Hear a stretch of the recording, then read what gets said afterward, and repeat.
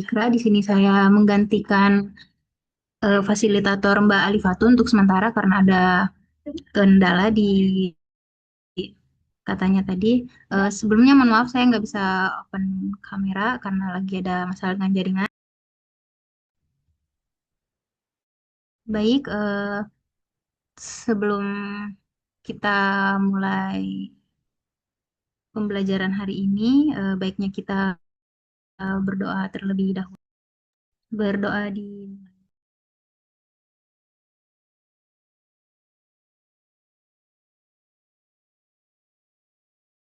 berdoa selesai. Sebelumnya teman-teman yang lain bisa tolong untuk open kamera, kita ambil gambar terlebih dahulu ya.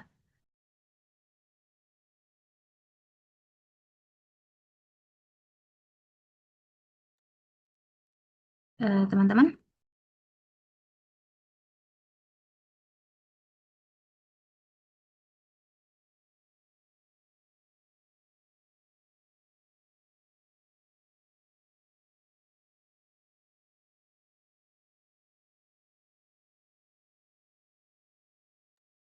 Yang lain bisa tolong di open open kamera, teman-teman, biar segera.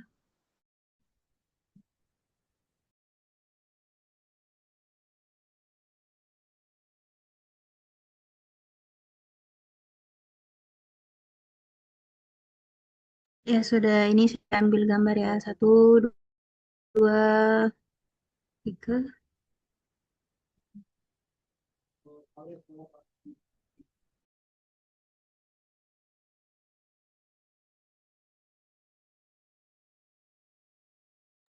Oke, baik. Sudah. Selanjutnya saya kem-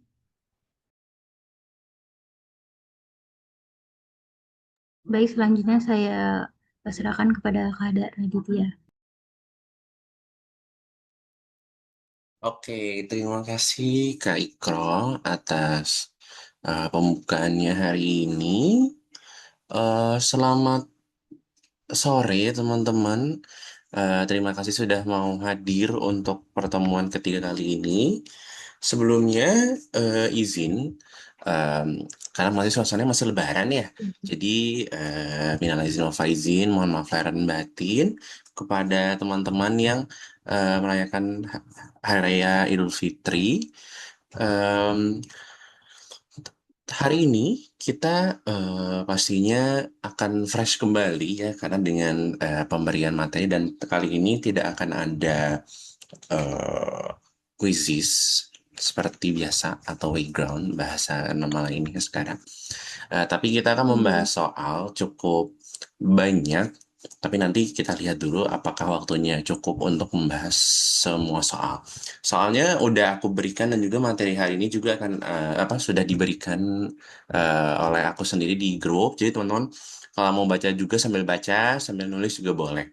Tapi sebelum itu aku mau izin share screen eh, untuk materi hari ini. Apakah terlihat kira-kira share screen-nya? Sudah terlihat. Sudah ya? Oke.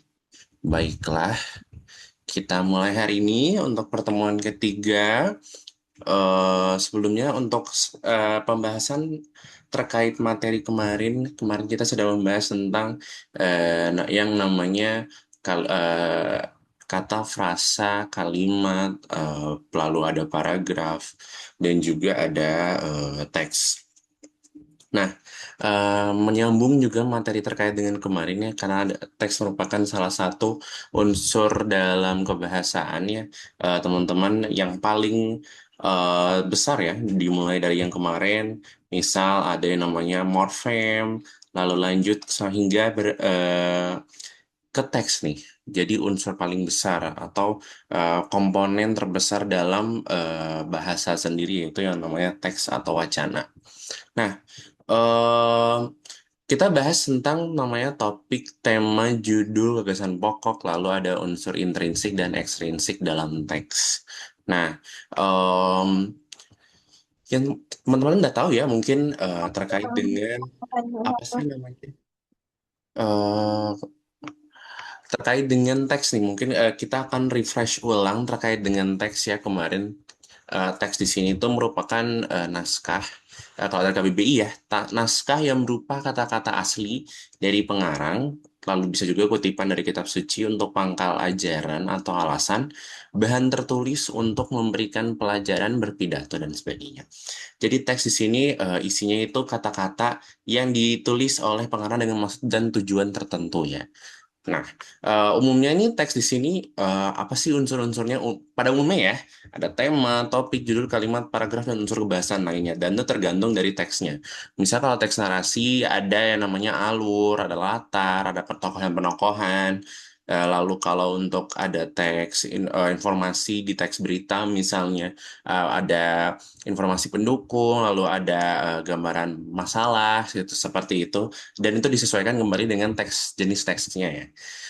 Dan teks di sini tuh penting banget ya untuk mau meningkatkan kemampuan literasi. Nah, sama ya, sama dengan nama subteksnya itu literasi dalam bahasa Indonesia. Jadi untuk meningkatkan kemampuan literasi teman-teman dalam bahasa Indonesia secara khusus. Karena literasi itu bisa untuk meningkatkan kemampuan membaca, baik tadi mungkin bisa baca cepat, baca pelan, mungkin mencari informasi dari masing-masing teks, lalu memahami maknanya, lalu mengenali ada struktur bahasanya apa aja, dan bisa menginterpretasikan pesan yang terkandung dalam teks tersebut menurut Simbolon tahun 2023. Nih, oke, kita lanjut. Nah, kita akan membahas tentang tema, topik, dan judul. Pertama, wait, oke, tema dulu. Sorry. Tema adalah gagasan utama yang lebih spesifik dan lebih terarah sebagai hasil pengembangan dari topik yang mengandung fokus sudut pandang dan tujuan tertentu dari penulis. Nah, jadi tema di sini tuh isinya tuh inti dari pembahasan. Misal ada sebuah teks yang intinya itu atau tema utamanya adalah misalnya persahabatan. Berarti dia akan berkaitan dengan mungkin cerita-cerita yang misalnya ada jatuh bangun dari persahabatan, ada konfliknya juga. Lalu ada misalnya em, apa sih alur-alurnya juga kalau untuk teks narasi sebagai contoh. Dan dengan topik nih bedanya nih, tema tuh biasanya disampaikan penulis kepada pembaca. Dan ciri-cirinya tuh lebih sempit dari topik, karena topik itu luas ya. Mengandung ide utama dan seringkali memuat unsur tujuan pesan. Dan kalau misalnya pengen nentuin tema nih, jadi misalnya kita nih mau nentuin tema, itu bisa dengan apa yang mau dibahas, siapa yang terlibat, dan tujuannya apa. Sebagai contoh, misalnya di sini juga ada media sosial nih. Dia pengen membuat tema pengaruh penggunaan media sosial secara berlebihan terhadap kesehatan mental remaja. Nah, apa yang mau dibahas? Pastinya pengaruh penggunaan media sosial. Nah, siapa yang terlibat adalah remaja dan tujuannya apa? Untuk mengetahui penggunaan media sosial secara berlebihan terhadap kesehatan mental pada remaja. Nah, berarti dia sudah mengangkat fokus, objeknya ada media sosial dan sasarannya seperti itu. Dan aspek yang dibahas adalah kesehatan mental, sehingga tulisannya nanti akan lebih terstruktur, gitu. Lalu kita ke topik. Nah, topik itu paling umum, paling netral ya. Jadi jangan sampai ketukar ya tema, topik, judul itu. Eh, Topik itu biasanya lebih lebih netral dan lebih umum daripada tema sendiri. Nah, jadi karena masih netral tuh jadi dia tuh sifatnya luas dan belum mengandung tujuan tertentu. Nah, fungsinya itu adalah dia tuh sebagai pengembangan dari ide ataupun kerangka-kerangka dalam penulisan teksnya itu. Ciri utamanya itu masih berupa kata atau frasa singkat, bukan kalimat ya. Sifatnya umum dan masih memungkinkan banyak penafsiran. Misal topik misalnya adalah topiknya adalah berkaitan dengan misal sistem eh, sistem reproduksi. Nah, kalau sistem reproduksi berarti nanti akan berkaitan dengan informasi-informasi terkait dengan sistem reproduksi gitu. Misalnya untuk topiknya seperti itu. Kalau temanya mungkin penyakit-penyakit yang terjadi karena kurang menjaga sistem reproduksi gitu, misal untuk tema gitu. Kalau judul nanti bisa dikembangkan. Dalam praktiknya untuk pemilihan topik di sini itu mempertimbangkan minat penulis, relevansi dengan pembaca serta ketersediaan informasi, baik ketersediaan informasi yang didapatkan oleh pembaca maupun penulis sendiri dalam menyusun teksnya. Dan untuk menentukan itu untuk bisa melihat dari fenomena sekitar, misalnya untuk teks, misalnya teks deskriptif atau teks prosedur, itu kita bisa melihat, kita bisa melihat dari eh, fenomena-fenomena alam maupun fenomena sosial yang terjadi di sekitar sekitar kita nih. Oke, contohnya di sini bisa kita bahas dari pendidikan, perubahan iklim, media sosial, dan kesehatan remaja gitu. Oke, kita lanjut ke yang namanya judul.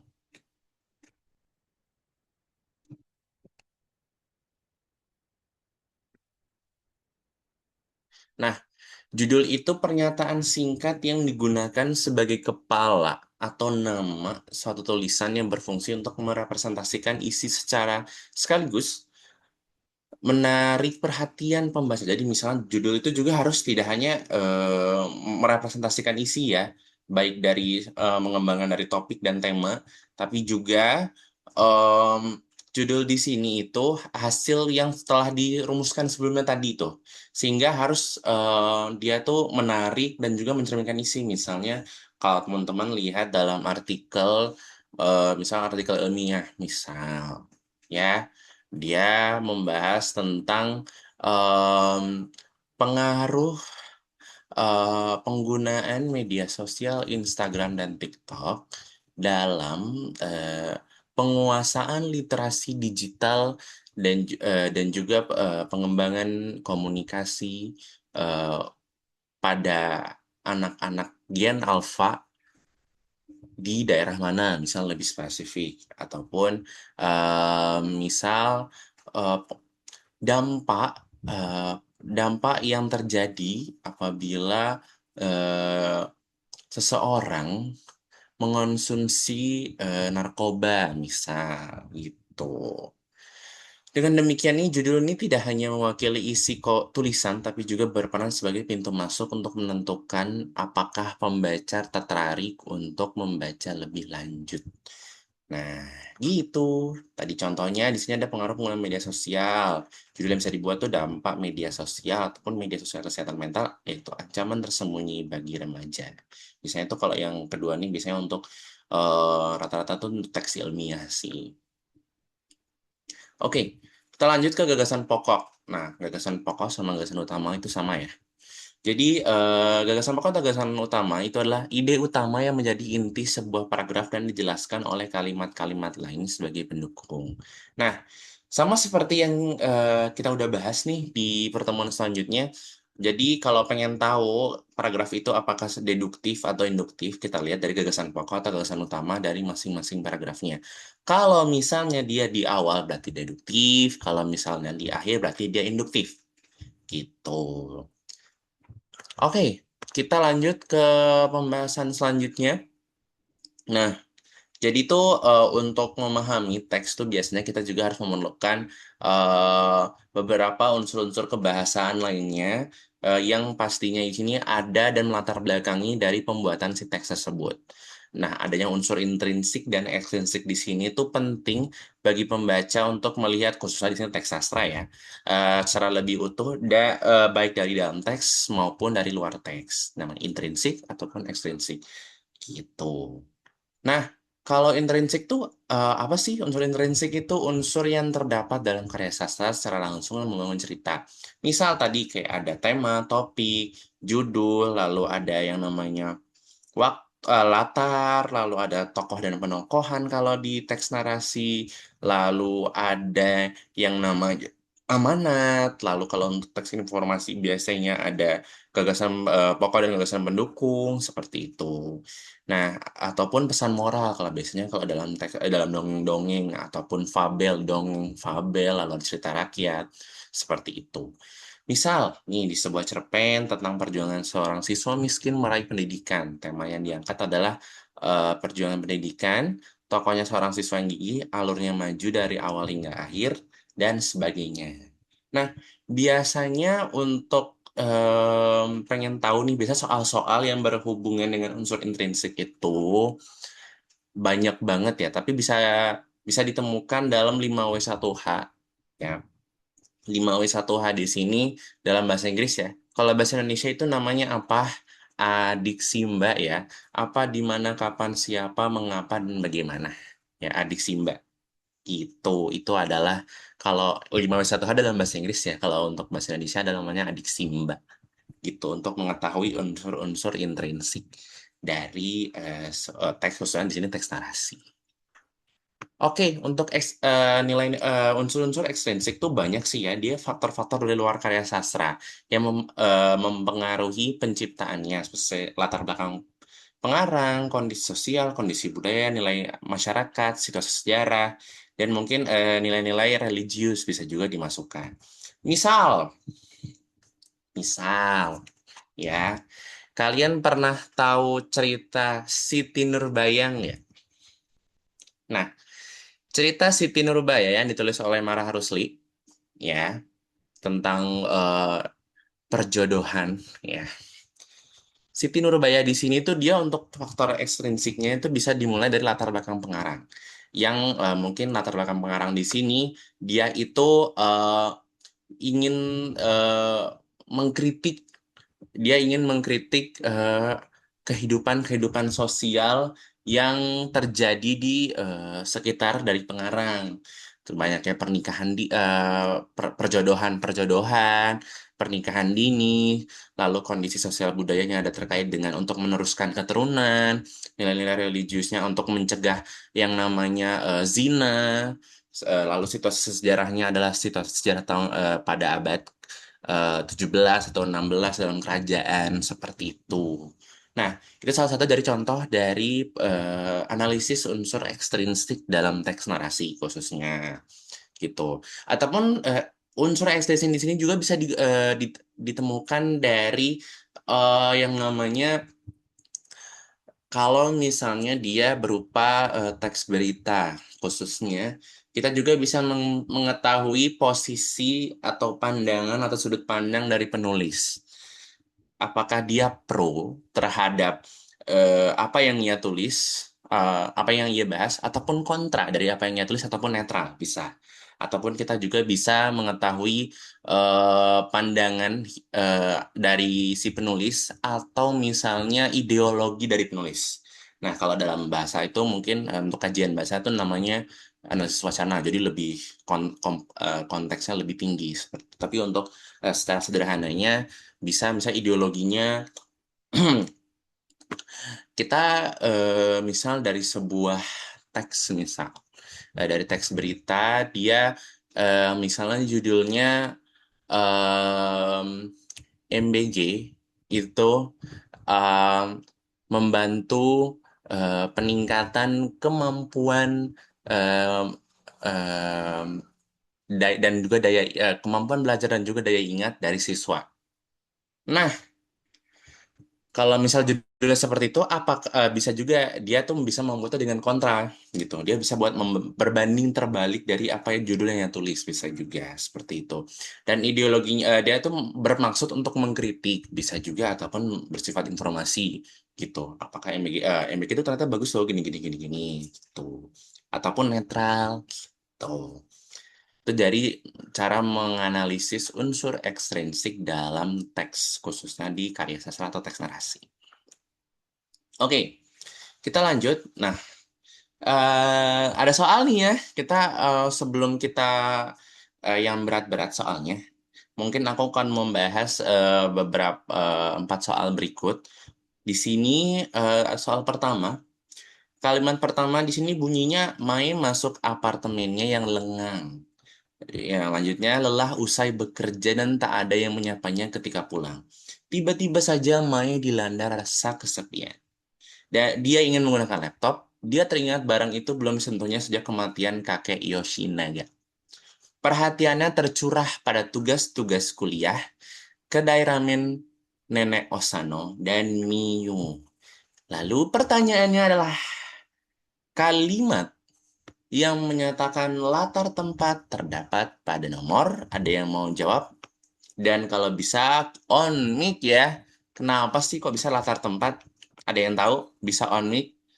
Kalau yang tidak A, A. oke. Kenapa milihnya A? Soalnya itu ada apartemen. Itu kan Betul tempat. sekali, Naila. Betul, betul. Nah, karena dia sudah ada penyebutan tempat ya. Di sini ada Mai masuk apartemen.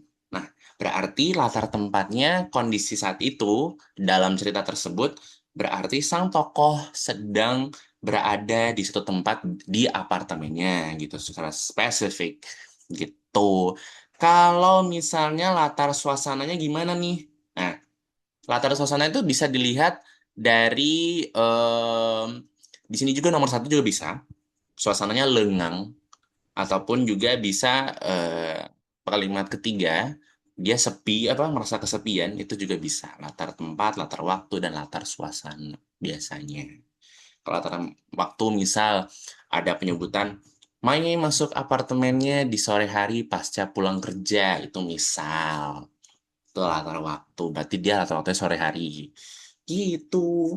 Nah, cara untuk menjawab soal ini. Oke, kita lanjut ke nomor dua, teman-teman. Agak panjang teksnya. Dalam beberapa tahun terakhir, mulai banyak pasien anak dan remaja yang memiliki keluhan pada tulang belakang. Nah, ya, yang suka jongkok ya. Padahal rasa sakit ini biasanya dialami benar orang yang berusia 40 tahun ke atas. Jarang ya ada anak-anak yang tiba-tiba encok, tiba-tiba osteoporosis kan jarang ya. Atau nyeri sendi, atau asam urat, dan sebagainya. Itu jarang untuk kita-kita yang anak dan remaja gitu. Nah, penyebabnya di sini anak dan remaja ini ternyata gemar menggunakan gadget. Nah, kalau gadget itu itu bahasa asing ya. Jadi nanti kalau pronunciation gadget nanti di italic biasanya. Nah, untuk bahasa Indonesianya itu adalah gawai ya, gitu ya untuk gadget seperti telepon pintar, komputer dan tablet. Banyak dari mereka yang bermain gadget sambil tengkurap, bungkuk, leher ke bawah untuk menatap layar monitor sehingga kepala membebani leher. Nah, itu bisa ya. Ini yang sering kita alami ya setiap hari ya, pegel-pegel karena kelamaan main HP, buka laptop, gitu. Ada pula yang badannya bersandar di kursi dengan posisi layar lebih tinggi daripada mata. Di samping itu juga ada yang memiringkan kepala ke satu sisi untuk menjepit gadget di antara telinga dan pundak ketika melakukan misalnya gini. Halo? Nah, gitu misal. Apabila ini dilakukan terus-menerus, tulang belakang akan protes dan mengirimkan sinyal nyeri-nyeri ya. Oke, gagasan utama pada paragraf pertama adalah apakah A. Penyakit tulang belakang meningkat beberapa tahun terakhir? B. Keluhan pada tulang belakang biasanya dialami oleh orang tua. C. Jumlah anak dan remaja yang mengeluhkan sakit tulang belakang meningkat. D. Anak dan remaja gemar menggunakan gadget dengan cara yang tidak benar.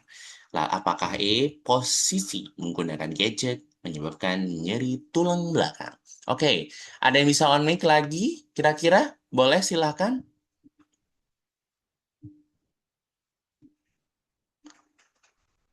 Oke, ada yang A, ada yang C. Kira-kira ada yang tahu jawabannya? Apakah ada jawaban lain? Apa mungkin B, apa mungkin D, apa mungkin E? Gitu. Ada yang mau on mic lagi selain Naila, guys? Boleh, silahkan. Ada yang mau on mic lagi? Kalau tidak ada, mungkin kita eh, aku pilih, aku tunjuk ya, karena tadi yang menjawab sepertinya itu aja. Oke, saya ingin memanggil Ahmad Nafiul Hasan. Halo, selamat sore. Dipanggilnya Ahmad Nafiul apa Hasan? Halo, boleh temenin aku untuk menyalakan mikrofonnya. Boleh silakan Ahmad. Halo, sore. Oke, mungkin ada kendala ya. Kalau Puja boleh nggak sih ini kita on mic dulu Puja? Halo Puja. Halo Kak, Oke, kenapa milih C Puja? karena kan kalau mau cari gagasan utama itu biasanya kan dilihat dari awal atau enggak gitu di akhir paragraf ya kan. Aku lihat di awalnya tadi kan mulai banyak pasien anak dan remaja yang memiliki keluhan pada tulang belakang. Jadi kayak yang lebih spesifik yang C aja Kak. Nggak tahu lah, gitulah Oke. hipotesis. Oke, terima kasih Puja jawabannya. Oke, yang benar adalah kira-kira ada yang punya jawaban lain selain Puja? Ada yang jawabnya A. Tadi yang jawabnya A siapa ya? Amelia Putri boleh. Kenapa milih A? Yang lainnya C nih. Enggak, Kak, aku juga milih C. Kayak Oke, jawaban di oke, soal oke, sebelumnya. Saya oke, milih C. oke. C ya. Oke, kita tinjau ulang jawabannya kira-kira yang A atau yang C. Nah, A, penyakit tulang belakang meningkat beberapa tahun terakhir. Nah, bisa sebenarnya. Penyakit tulang belakang meningkat, ada penyebutan bahwa ada keluhan terkait dengan tulang belakang. Nah, untuk meningkatnya kita tidak tahu apakah tersebut disampaikan adakah peningkatan secara signifikan atau hanya menyebutkan frasa peningkatan gitu. Jadi tidak ada. Jadi bukan A. Kalau untuk C, jumlah anak remaja yang mengeluhkan sakit tulang belakang meningkat. Jadi ada mulai banyak di sini tuh sudah ada mulai frasa-frasa meskipun saya tidak disebutkan secara kuantitatif, tapi ini sudah menunjukkan bahwa peningkatan jumlah anak dan remaja yang memiliki keluhan pada tulang belakang. Jadi jawabannya adalah C. Oke, kita lanjut pertanyaan berikutnya. Kalian cepat-cepat jawabnya ya. Ternyata, wah. Oke, bahkan ibu bersedia pergi kepada apa yang disebut orang pintar dari satu pulau ke pulau lain. Padahal ibu begitu benci dengan ilmu seram. Ibu tidak percaya pada tiruana yang tidak masuk akal, namun banyak yang menasihati ibu harus percaya dan mencobanya juga.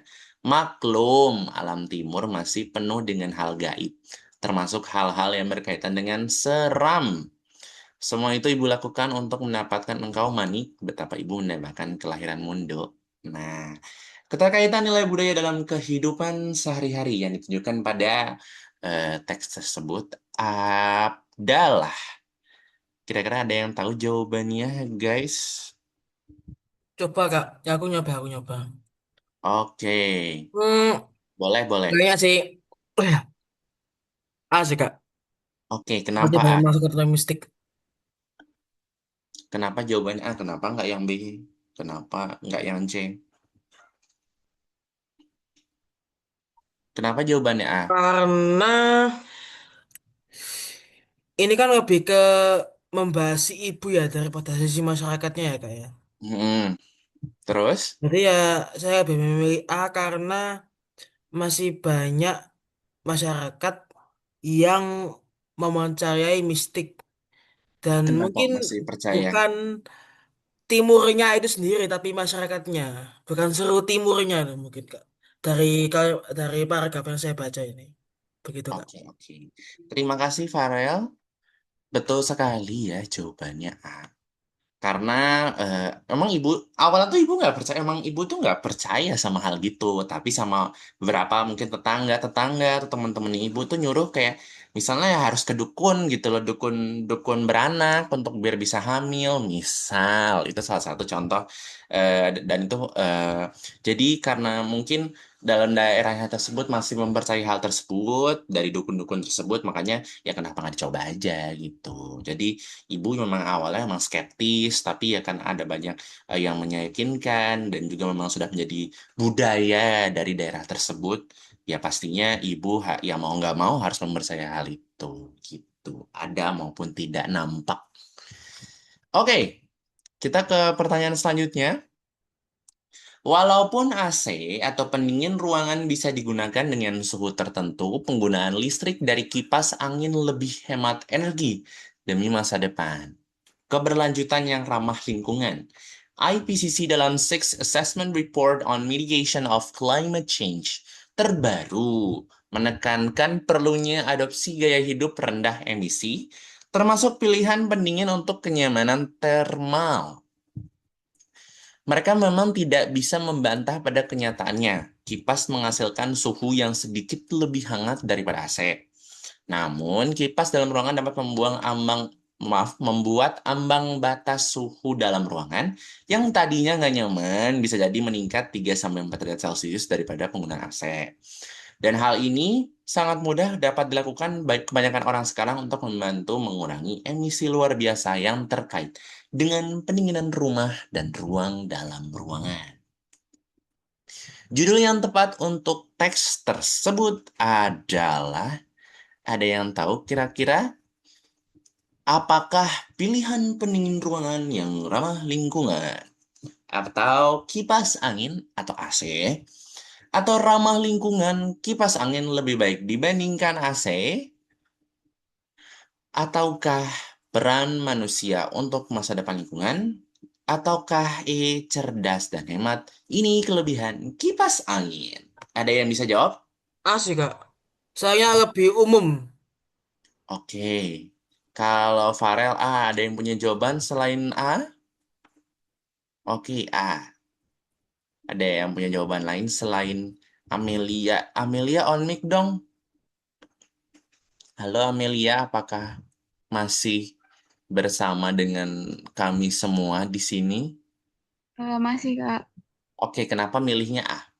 Tadi katanya Farel lebih umum. Kalau menurut Amelia, kenapa? Kenapa Kak A punya alasan lain kah? Itu jawaban di soal yang sebelumnya. Aku belum jawab soal ini, Kak. Oke, oke, oke. Jadi jawabannya betul ya. Jawabannya ada di A, pilihan pendingin ruangan yang ramah lingkungan. Kenapa?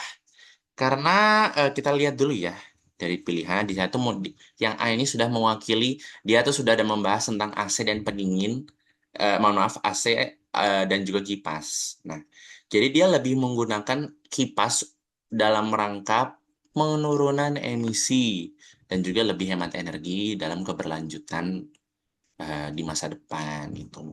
Nah, kalimat pertama itu sebenarnya sudah masuk ke judul yang A ya, gitu.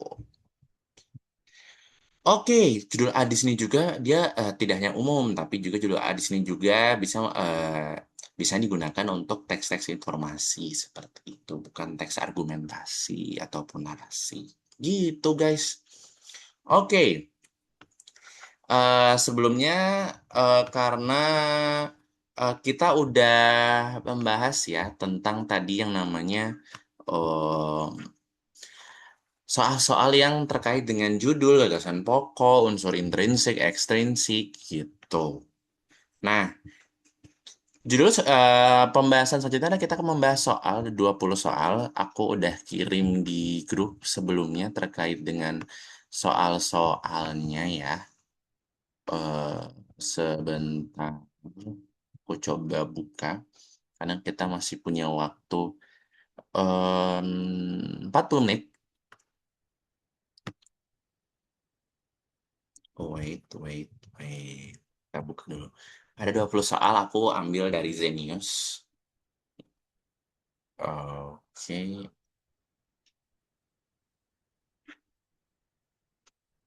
Wait, wait.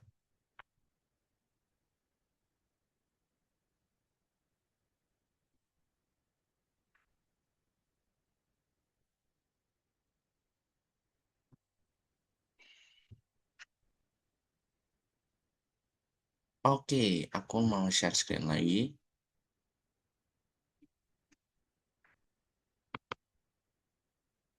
Oke. Ups.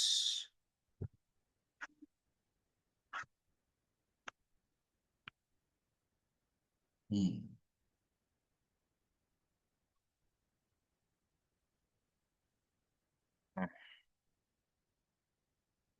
Oh,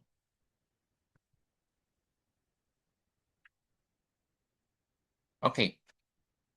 Soal pertama, jadi ada teks di sini, dia diambil dari sebuah situs kumparan ya. Jadi soal di sini, teks di sini itu berguna untuk mengerjakan nomor 1 sampai nomor 3 dulu. Oke, teksnya adalah sejak terjadinya wabah penyakit COVID-19, problematika sampah dan limbah medis menjadi tantangan utama bagi masyarakat dan lingkungan. Tingginya angka penggunaan alat pengamanan diri kesehatan (APD) ya, masker, sarung tangan, dan peralatan kesehatan lainnya membuat limbah medis meningkat secara drastis dibandingkan tahun sebelumnya. Yang berakibat dengan penumpukan sampah medis tentu tidak dapat dihindari. Upaya penanganan limbah yang kurang optimal akan berefek besar bagi lingkungan. Saat ini banyak rumah sakit yang belum memiliki teknologi pengelolaan limbah medis bahan berbahaya dan beracun. Kalau dalam anak kesehatan mungkin bilangnya insinerator, ya. Saat ini mohon maaf, laporan Kementerian Kesehatan menyatakan bahwa 2.852 rumah sakit yang ada di Indonesia, hanya ada 96 rumah sakit yang memiliki insinerator tadi ya. Amat disayangkan di rumah sakit tersebut ada insinerator yang tidak berfungsi dan tidak layak pakai sehingga menghambat proses penghancuran sampah. Nah, berdasarkan teks tersebut, apa permasalahan utama yang menjadi perhatian penulis? Apakah A, upaya penanganan limbah medis yang kurang berfokus berdampak pada lingkungan? Ataukah B, limbah medis menjadi tantangan utama bagi masyarakat? Ataukah C, pandemi COVID-19 menimbulkan peningkatan sampah medis? D, banyak rumah sakit yang tidak dapat memusnahkan sampah medis. Atau E, teknologi pengelolaan limbah medis sangat diperlukan oleh rumah sakit. Kira-kira jawabannya adalah oke. Oke, izin toilet silahkan. Boleh. Silakan, ada yang ingin menjawab? Nomor 1? Atau sebentar. Sambil nunggu, kalian boleh mengerjakan 10 menit dulu ya. Dari nomor 1 sampai nomor 10. Sambil dikerjakan, dicoret-coret di masing-masing. Masing-masing perangkatnya masing-masing. Oke. Sebelum kita lanjut, nomor 1 ada yang tahu kira-kira jawabannya apa? Kira-kira masalah yang ingin dibahas sama penulis itu apa? Padahal sudah ada loh jawabannya. Oke. Di sini A. Oh, B. Oke, baiklah. Di sini dari Zulia. Ada D, oke. Naila B, oke. Oke. Aku mau bertanya kepada Tessa dulu. Halo Tessa, apakah bisa on mic Tessa? Halo Kak, Kenapa milihnya A Tessa? Kenapa nggak B, C, D, E? karena tadi yang dibahas itu kan tentang apa ya, kayak penanganan gitu loh, penanganan limbah yang buruk gimana sih? Oke. Masalah limbah medis itu loh tadi kan. Nah, nah banyak rumah sakit itu kan belum punya Mm-mm. apa ya, kayak teknologi pengolahan limbah yang baik gitu loh. Akhirnya Oke. kan berdampak pada lingkungan. Menurut saya loh tapi. Oke. Baiklah. Terima kasih Tessa. Kita lanjut ke Naila. Kenapa jawabannya B? Halo Naila. Kenapa jawabannya B, Naila? Halo Naila. Naila bisa on mic? Halo, suaranya putus-putus Naila. Halo? Halo Naila. Oke, sementara itu ada Zulia. Zulia kenapa milihnya D nih? punya alasan tersendiri nggak kenapa jawabannya D? Halo Zulia, bisa on mic?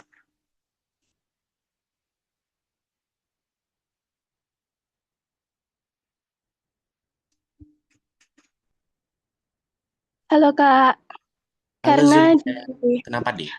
kalau D itu lebih lengkap ya, karena di teks juga dijelaskan bahwasanya banyak rumah sakit yang tidak dapat memusnahkan sampah medis.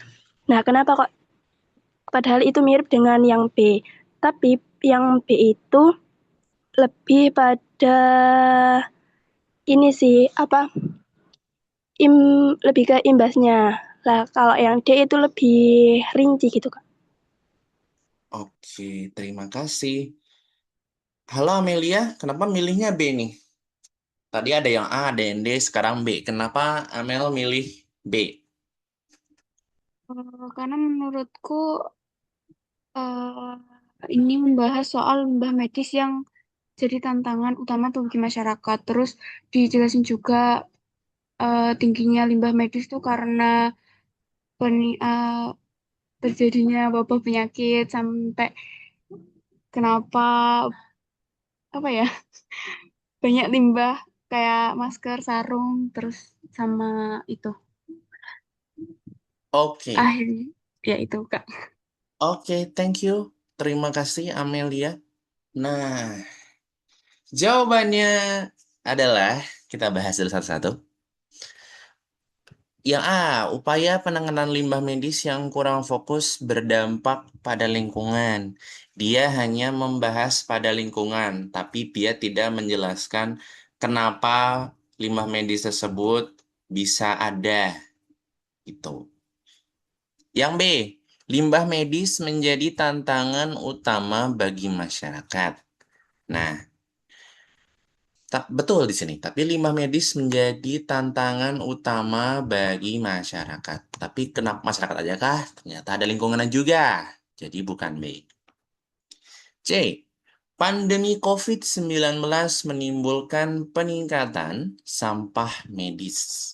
Nah, jadi dia tuh sudah menambah sudah mewakili dari semuanya ya. Jadi berangkat dari penyakit COVID-19 ini ya. Jadi tahun-tahun lalu ya, kita sudah mengalami segala gubrak-gubrak itu. Jadi dari COVID-19 di sinilah dia itu yang awalnya sedikit, jadi ada problem nih di bidang sampah dan limbah medis. Nah, inilah jawabannya yaitu C. Nah, jadi sorry. Nah, jadi jawabannya adalah yang C ya. Tapi kita lanjut dulu yang ke D. Banyak rumah sakit yang tidak dapat memusnahkan sampah medis. Di sini disebutkan yang punya cuma 96 yang baik dari 2.582. Tapi di sini merupakan bukan inti dari teksnya ya. Lalu yang terakhir, teknologi pengelolaan limbah medis sangat diperlukan oleh rumah sakit. Nah, di sini adalah yang berarti di sini ya. Mana ya? Oke. Upaya penanganan Nah, jadi dari sini itu sudah mewakili dari yang E. Tapi kalau untuk teknologi pengelolaan limbah medis yang diperlukan oleh rumah sakit, berarti dia hanya memfokuskan kepada pengelolaan limbah. Tapi tidak ada kenapa-kenapa limbah itu ada, limbah itu meningkat atau menurun. Maaf, alhamdulillah. Lalu selanjutnya tidak biasanya tuh kalau misalnya kita membahas tentang kenapa alasannya itu juga dijelaskan kenapa harusnya gitu dalam teks tersebut. Jadi jawabannya yang C. Oke, kita lanjut ke nomor 2. Melalui teks tersebut, penulis mencoba menyampaikan informasi tentang sampah atau limbah medis. Informasi yang tidak dijelaskan dalam dalam teks tersebut adalah apakah dampak limbah medis terhadap lingkungan, apakah fungsi insinerator, apakah kendalanya, apakah faktornya, ataukah jumlah dari alat pembakaran limbah medis yang tidak ada dalam teks tersebut. Kira-kira jawabannya adalah ada enggak? Apakah A, B, C, D, E? Atau ada yang ingin menjawab? Ini udah dijawab, udah dibahas loh. Oke, Yang B gak sih, Kak? yang B. Oke, kenapa jawabannya B, Julia?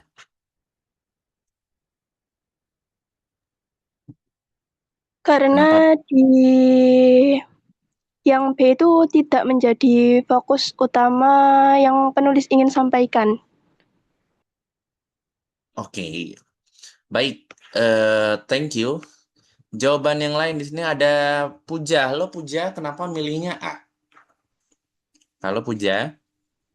Iya, halo. Maaf Kak, di sini berisik. Enggak apa-apa, buatan nopo-nopo. Oke, silakan kenapa milihnya A? Aku pilih A itu karena itu, apa kalau yang lain kan menurutku sudah dijelaskan ya, dari fungsi inisiator kan udah dijelaskan sebagai alat untuk pembakaran sampah. Kalau kendalanya kan udah dijelaskan juga, kendalanya itu karena nggak semua rumah sakit memiliki insinerator atau apa lah itu ya. Terus Hmm, yang meningkatkan sampah medisnya kan ya karena wabah penyakit COVID. Data jumlah alat pembakaran kan sudah dijelaskan juga. Yang nggak ada itu cuma dampak limbah medisnya terhadap lingkungan. oke. Oke, terima Oke, kasih. thank you Puja. Oke, ada yang punya jawaban lain selain A dan tadi apa? A dan B, kira-kira ada yang punya jawaban lain? Benar ya, A dan B.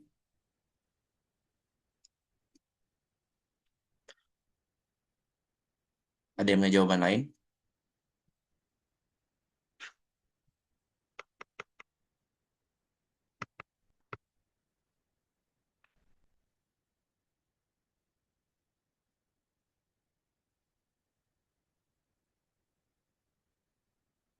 Oke, untuk nomor 2, jawabannya adalah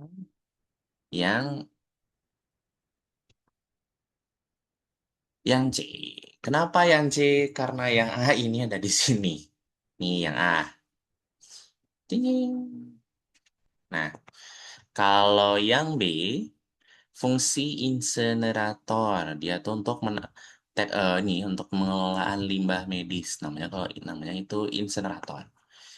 Kalau yang D, faktor yang meningkatkan sampah medis di sini adanya sejak terjadinya wabah penyakit COVID-19.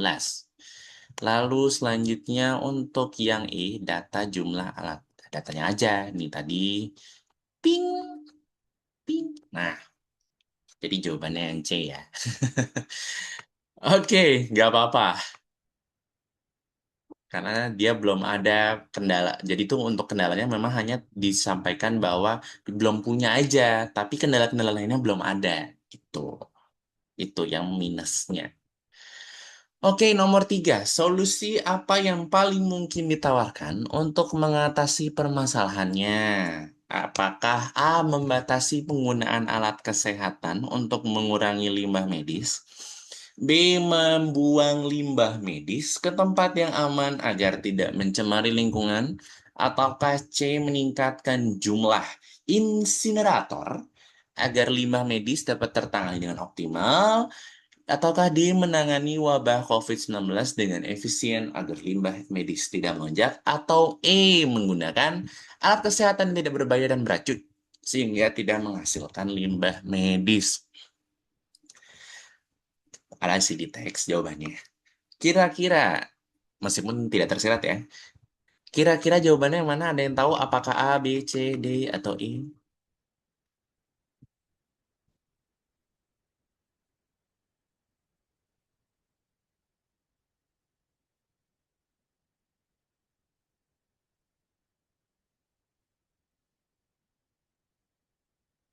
Oke, jawabannya C. Ada yang punya jawaban lain selain Amel?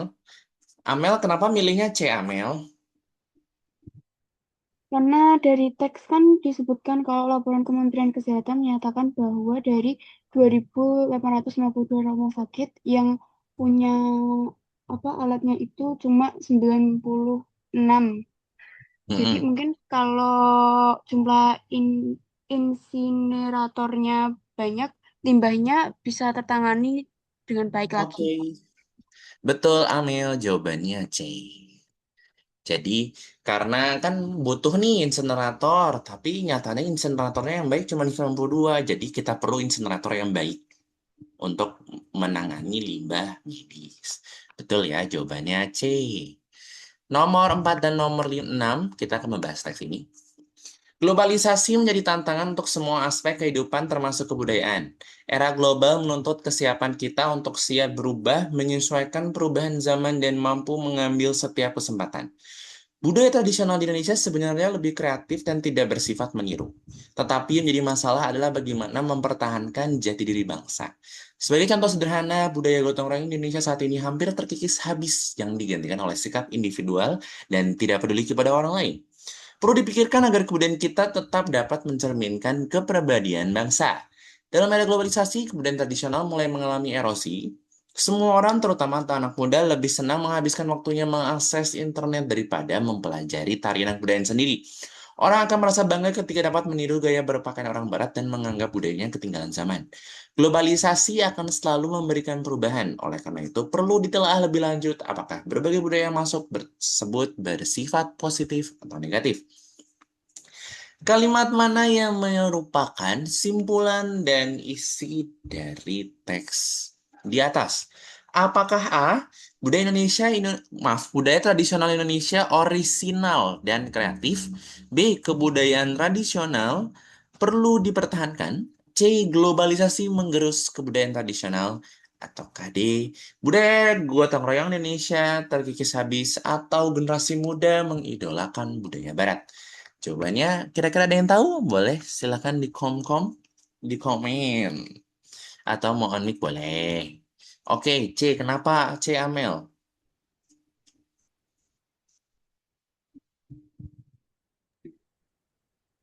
Karena dari paragraf 1 sama paragraf 2 isinya itu mengenai globalisasi yang bisa menggerus kebudayaan tradisional. Bisa dilihat Mm-mm. dari kalimat nomor 4, itu kan sikap terkikis juga, sama kalimat nomor 6. Oke, 4 dan 6. Ada yang punya jawaban lain kira-kira? Thank you Amel. Ada yang punya jawaban lain selain C?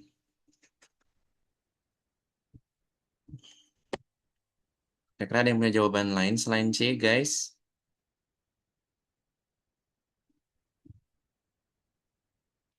Oke, jawaban Amel sudah baik, tapi kurang tepat ya. Nah, kalau yang dibahas sama Amel itu adalah isi dari teks. Yang ditanyakan adalah kesimpulannya. Kesimpulannya ada di sini. Nomor 5 dan nomor 10. Jadi jawabannya yang B. Kebudayaan tradisional perlu dipertahankan. Nah, itu jawabannya ya. Oke, nomor 5. Gagasan pokok sebelum kedua paragraf di atas adalah kira-kira dalam oke. Dalam dua paragraf berikut, kira-kira untuk kalau misalnya bahasan pokok sebelumnya itu kira-kira apa? Apakah unsur kebudayaan? Apakah konsep globalisasi? Apakah C keragaman budaya? Apakah D kebudayaan tradisional atau E dampak globalisasi? Ya, kira-kira yang jawabannya ada yang mau jawab nggak nih? Kira-kira nomor 5 ada yang punya jawaban lain kah? Atau mau on mic boleh, mau di chat boleh. Silakan, silakan. Gagasan pokok sebelum kedua paragraf di atas. Tapi sebelum kita tanya dulu jawabannya, kita harus tahu dulu gagasan pokok dari masing-masing paragraf. Nah, em, untuk paragraf pertama, kalimat 1 adalah gagasan pokok dari paragraf pertama.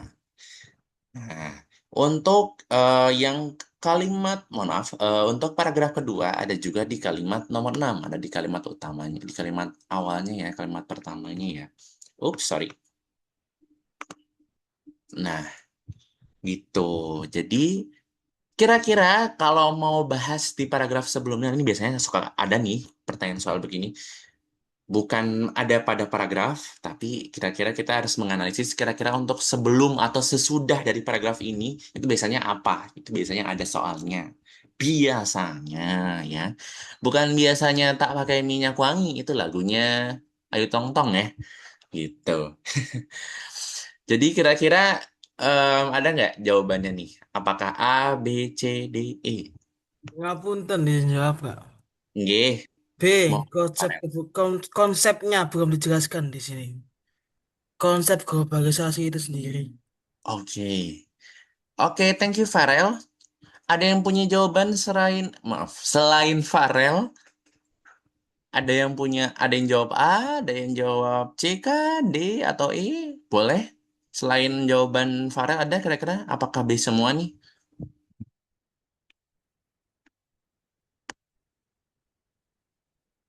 Salah. Nah,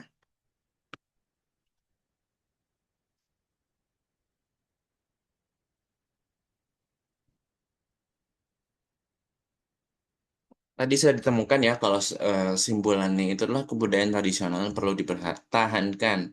Nah, kalau kebudayaan tradisional perlu dipertahankan, kira-kira yang harus dibahas itu apakah globalisasinya atau kebudayaan tradisionalnya?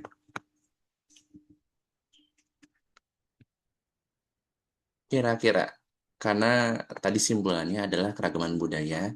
Salah. Kebudayaan tradisional perlu dipertahankan. Nah, apakah yang dibahas globalisasinya kah? Untuk sebelumnya, apakah kebudayaan tradisionalnya yang harus dibahas di paragraf sebelumnya? Ada yang tahu jawabannya, guys?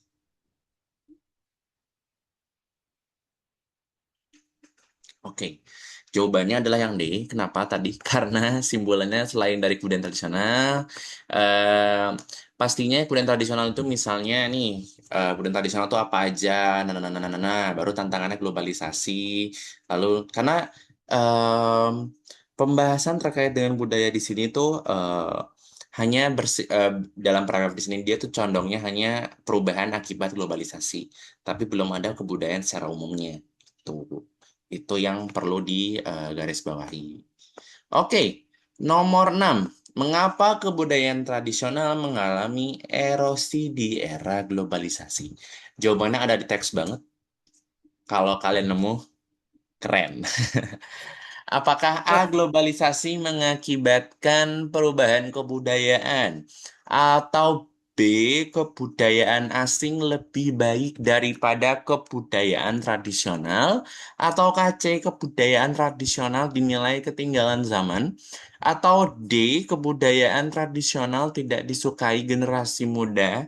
Atau E, globalisasi dianggap mampu menjawab tantangan zaman? Kira-kira ada Nah, yang tahu? ketinggalan zaman sih Kak. C. Oke. Nggih. Ada yang punya jawaban lain selain ketinggalan zaman? Oke, betul ya jawabannya C ya, ada di atas ya. Jadi, kenapa dia erosi itu ada di sini nih? Mana ya? Nih, pada nomor 7 sampai nomor 8. Itu jawabannya.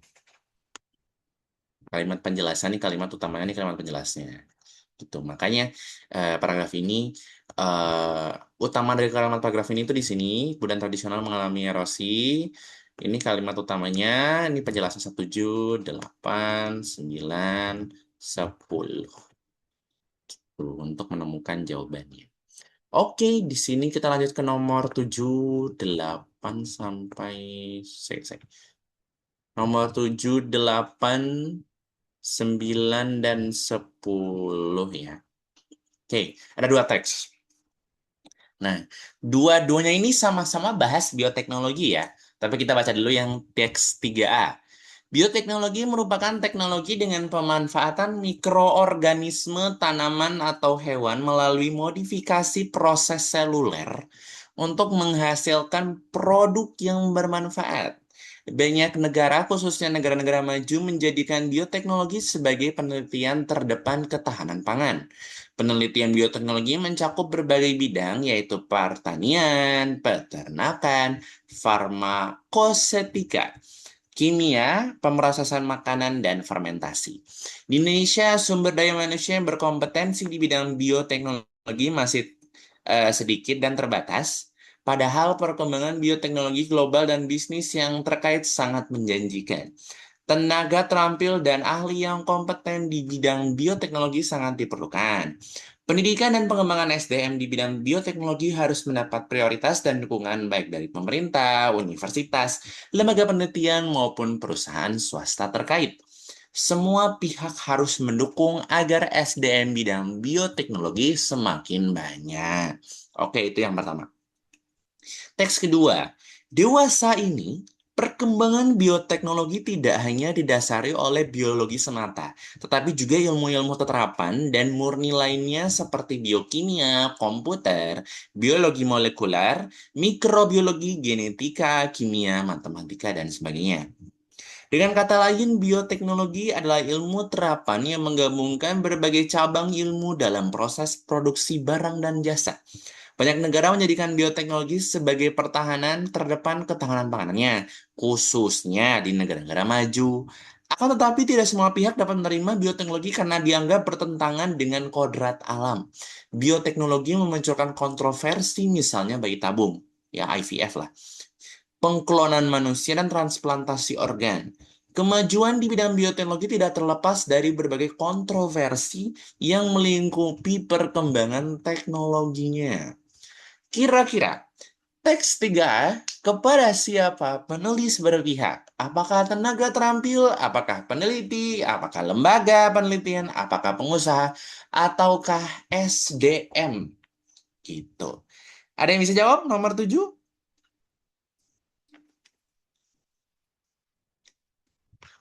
Ada loh di teks. Nomor 7 kira-kira. Ada yang tahu jawabannya?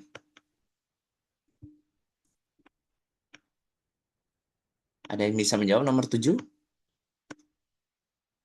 Kira-kira. Menurut, aku pilih deh. Menurut Naila, kira-kira nomor 7 jawabannya apa, Naila? Halo, ada Naila?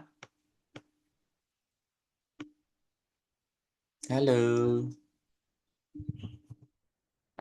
Oke. Gak tahu, oke. Oke, salat dulu, monggo. Amel, kira-kira jawabannya apa? Apakah A, B, C, D, atau E? Atau Puja, atau Zulia, atau Tessa? Ada yang punya jawaban lain? Atau Kirana, gimana Kirana? Halo, ada Kirana? Kirana Izzah Masturah. Halo Kirana. Ada, Kak. Oke Kirana, jawabannya kira-kira apa Kirana? A, B, C, D. Menurut saya, karena tenaga terampil diperlukan di situ. Oke, jawabannya kalau menurut Kirana A. Oke, yang lain. Menurut Amel, menurut Puja juga A. Nah, apakah, dari jawabannya yang mana ya? Kira-kira kita teliti dulu satu-satu. Sebenarnya yang jawabannya yang benar adalah yang E. Karena kita tidak hanya membahas tenaga terampilnya, tapi penelitinya, lembaga penelitiannya, pengusahanya juga.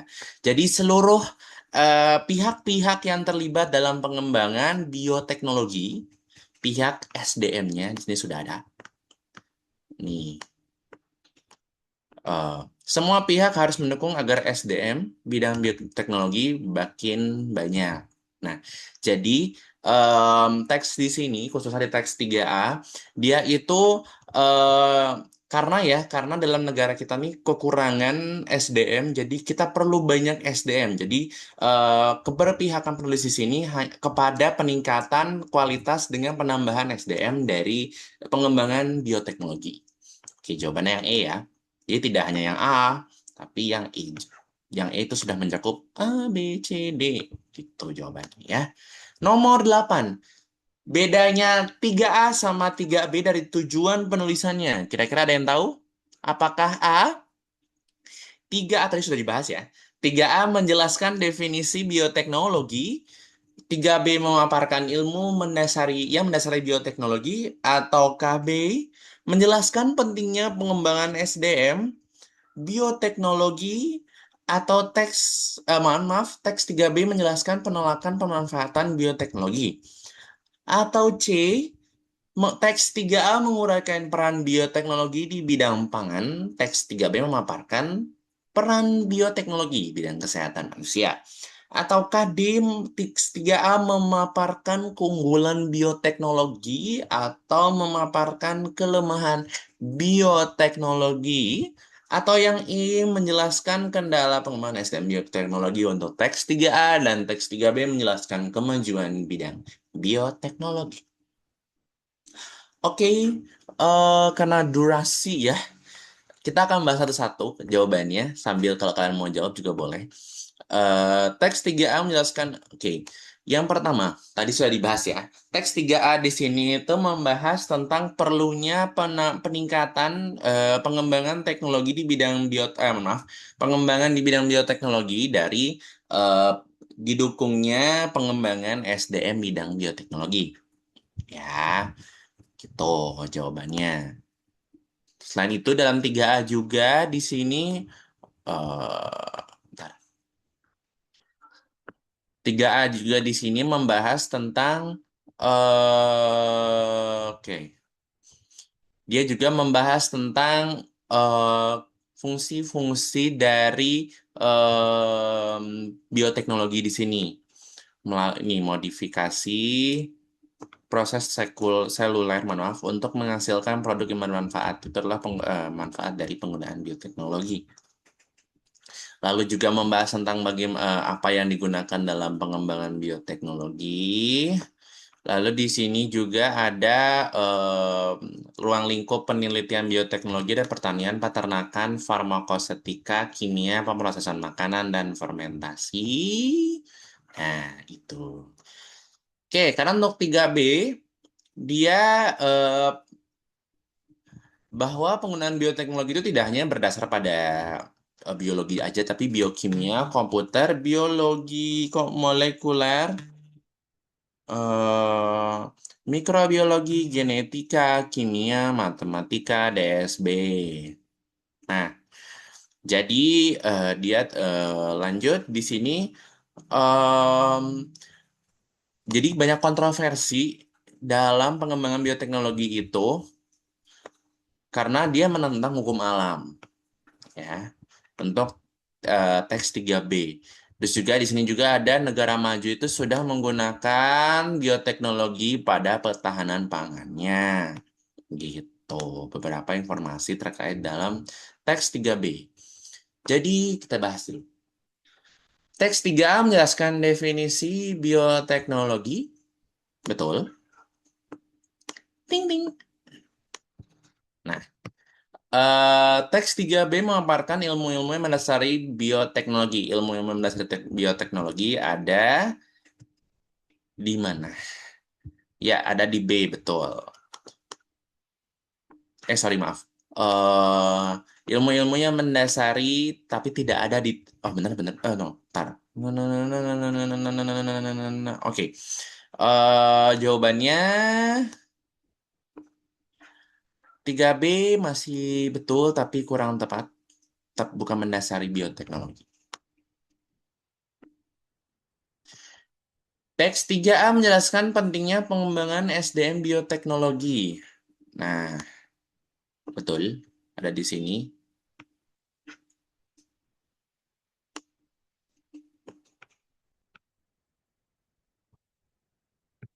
Oke, 5, 6, 7, 8. Kejauhan, guys. Nah, ini betul. Menjelaskan penolakan pemanfaatan bioteknologi, tidak ada penolakan, hanya bersifat kontroversi, ada yang mendukung, ada yang tidak. Jadi bukan. Ting. Teks 3A menguraikan peran bioteknologi di bidang pangan. Apakah hanya bidang pangan saja? Tidak, ada banyak bidang di situ sudah ada. Jadi jawabannya bukan yang ini juga. Tet, tet.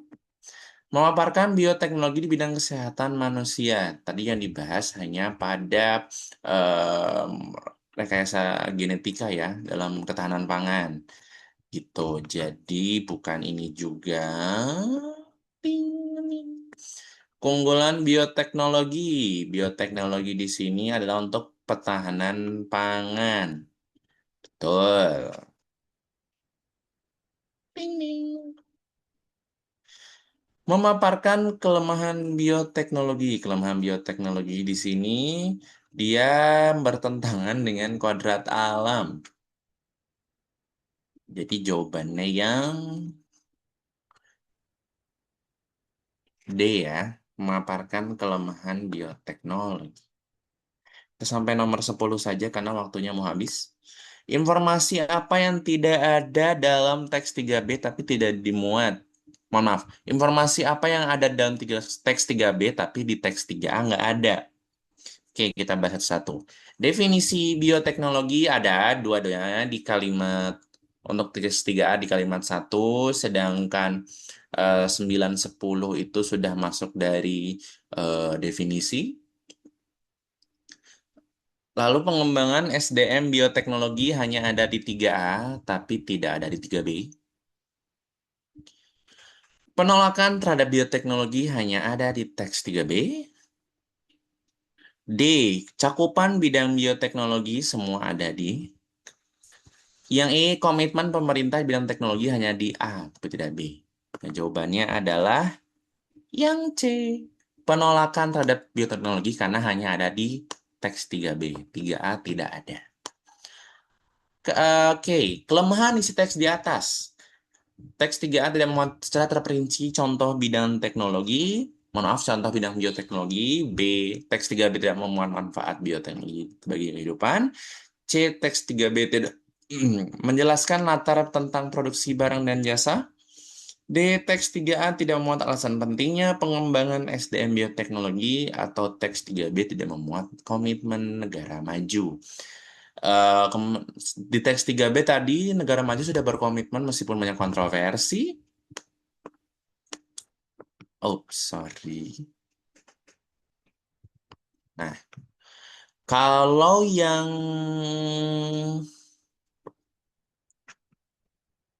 sorry. Nah, kalau yang D, teks 3A tidak memuat alasan pentingnya pengembangan SDM teknologi. Sedangkan perlu di teks 3A ya, jadi bukan. Teks 3B tidak menjelaskan latar tentang produksi barang dan jasa. Kalau untuk produksi barang dan jasa itu berfokus kepada teks 3A, bukan 3B. Teks 3B tidak memuat manfaat bioteknologi bagi kehidupan, sedangkan dimuat. Jadi jawabannya bukan yang B. Jadi jawabannya adalah A ya. Karena dia tidak, jadi dia lebih fokus kepada pengembangan SDM-nya dan pentingnya bioteknologi itu di teks 3A. Jadi jawabannya yang A. Oke, sampai segitu saja materi hari ini. Kalau nomor 11 sampai 20 teman-teman bisa kerjakan sendiri. Kalau besok mau dibahas boleh. Terima kasih untuk hari ini. Semoga hari ini materinya dapat dipahami untuk teman-teman. Jadi kalau misalnya ada yang mau ditanya boleh di grup ya. Untuk itu terima kasih karena telah berpartisipasi dan aktif juga ya selama kelas ya bagi teman-teman. Dan aku juga mengucapkan terima kasih kepada teman-teman karena untuk pertemuan ketiga kali ini adalah pertemuan terakhir bersama saya, Azaik. Jadi untuk pertemuan selanjutnya akan dibahas oleh kakak tutor bahasa LBI juga yang di kelas berbeda. Kebetulan tukeran karena memang rolling ya. Jadi sampai segini dulu untuk pertemuan hari ini. Boleh tanya nanti di grup sama kakak sama kakaknya boleh, sama aku juga boleh, sama teman-teman yang lain juga boleh kasih materi terkait LBI juga boleh. Untuk itu saya berikan kepada kakak maaf, fasilitator, disilakan.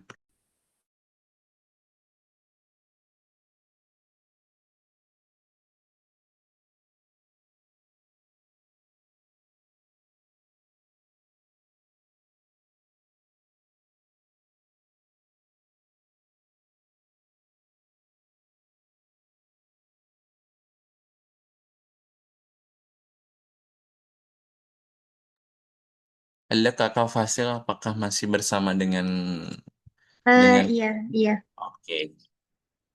Baik, terima kasih untuk Kak Raditya yang sudah memperkenalkan materi yang sangat-sangat bagus. Teman-teman yang peserta bisa tolong on cam dulu, kita ambil gambar lagi untuk penutupan.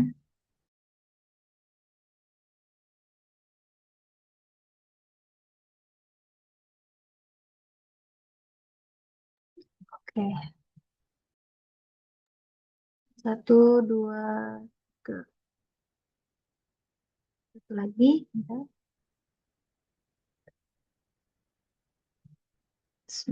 Sa- Satu, dua.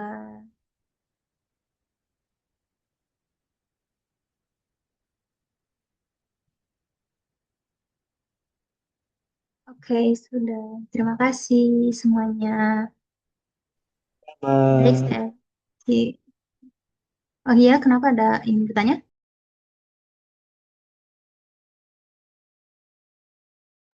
Teman-teman ada yang bertanya sebelum diakhiri? Tidak ada. Oke, baik. Saya akhiri. Wassalamualaikum warahmatullahi wabarakatuh.